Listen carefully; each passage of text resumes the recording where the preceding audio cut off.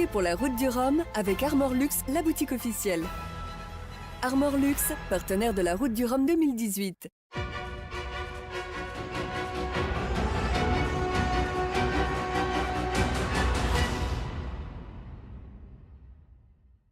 Bonsoir, sur l'application Planète Voile en ce moment, vous retrouvez la présentation des classes IMOCA et classe 40, soit 73 keepers, autrement dit les 2/3 de la flotte à partir ce dimanche pour cette 11e édition de la Route du Rhum. Nous, dans votre Tyrol, nous vous proposons d'aller à la rencontre de l'équipe de France de voile qui était en visite aujourd'hui sur le village à Saint-Malo avec un crochet, notamment sur le banc pop d'Armel Lecléache.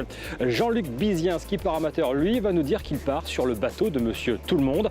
Enfin, pour Francis Joyon, ce sera ni plus ni moins qu'un 7e rang en ligne de mire.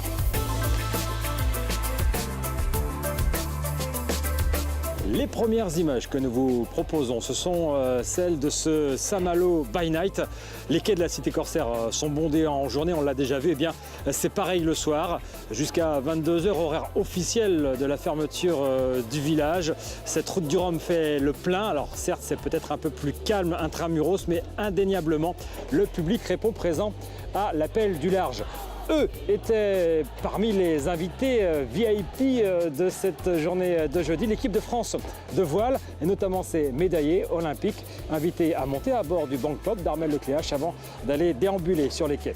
Grosse machine quand même, mais c'est impressionnant de se dire qu'ils vont traverser en si peu de temps, ils vont atteindre des vitesses incroyables. Et tout ça, tout seul. Une grosse planche à voile, quoi. Non, c'est impressionnant. C'est impressionnant de voir la taille du bateau, de voir la taille du mât et de se dire que Armel va passer quelques jours en solo là-dessus à tirer le maximum de l'engin. Ça force le respect, quoi. C'est vrai que bon, il y a plus de bouts qu'en planche à voile, hein, mais il y a des similarités qui sont sympas à voir et puis c'est du beau travail, quoi, du beau matériel. De voir ça, c'est incroyable. C'est un des amateurs au départ de la classe Rhum Mono et c'est sa première route du Rhum. Mais Jean-Luc Bizien a déjà couru 2 Fastnet et remporté la Barquera. Il part par ailleurs sur le bateau de Monsieur Tout-le-Monde.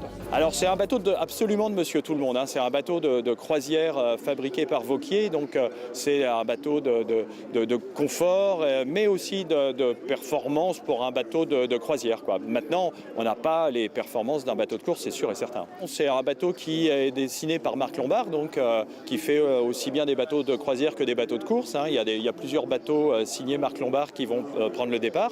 Donc c'est un bateau qui peut tout à fait faire la traversée en course sans modification majeure. Sa première participation remonte à 1990. Par ailleurs, il termine 2e en 2010 et malgré tout, on ne peut pas dire que la route du Rhum réussisse à Francis Joyon. La route du Rhum, c'est un petit peu le Graal de la course au large pour les multicoques. C'est un peu ce qui permet régulièrement de faire revivre le plateau des multicoques. À l'époque des Ormans, vous voyez la descente aux enfers, de moins en moins de bateaux, de moins en moins de sponsors.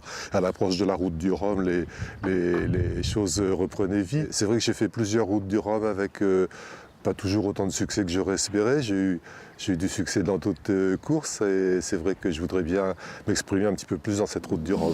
Voilà, demain dans le Télégramme, vous retrouvez un reportage sur les doublures des skippers et sur les assurances qu'ils doivent contracter avant de gagner Pointe-à-Pitre. Ce soir, Paul Meillat, Catherine Chabot et Édouard Coudurier sont les invités d'un café de la marine ayant pour thème Océan bien commun de l'humanité. Il me reste à vous souhaiter une excellente soirée et à vous dire à demain.